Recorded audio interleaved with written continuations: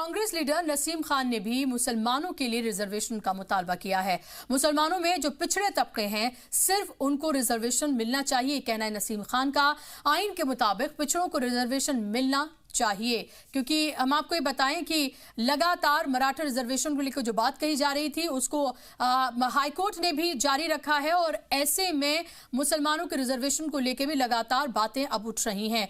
मराठाओं को 16% रिजर्वेशन देने के फैसले को बरकरार रखा गया है। बॉम्बे हाईकोर्ट ने रियासती हुकूमत के फैसले को बरकरार रखा है और मुसलमानों को रिजर्वेशन देने का मुतालबा अब AIM सदर असदुद्दीन ओवैसी ने उठाया है। उन्होंने कहा है कि मुसलमानों के लिए रिजर्वेशन होना चाहिए। अगर हाईकोर्ट मुसलमानों को भी पिछड़ा तबका मानता है तो मुसलमानों को रिजर्वेशन क्यों नहीं, ये कहना है असदुद्दीन ओवैसी का।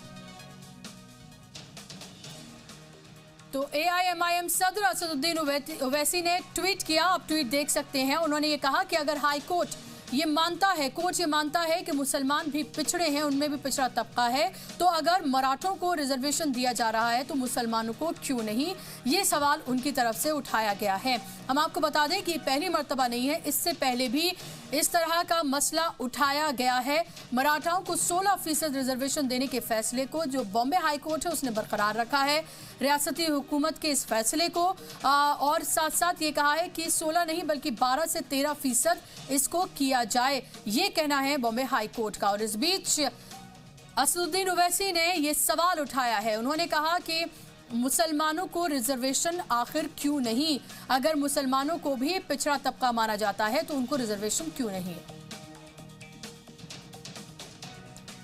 और इस पर ज्यादा जानकारी के साथ मेरे रिपोर्टर साजिद खान जुड़ गए हैं पुणे से, उनसे बात करेंगे।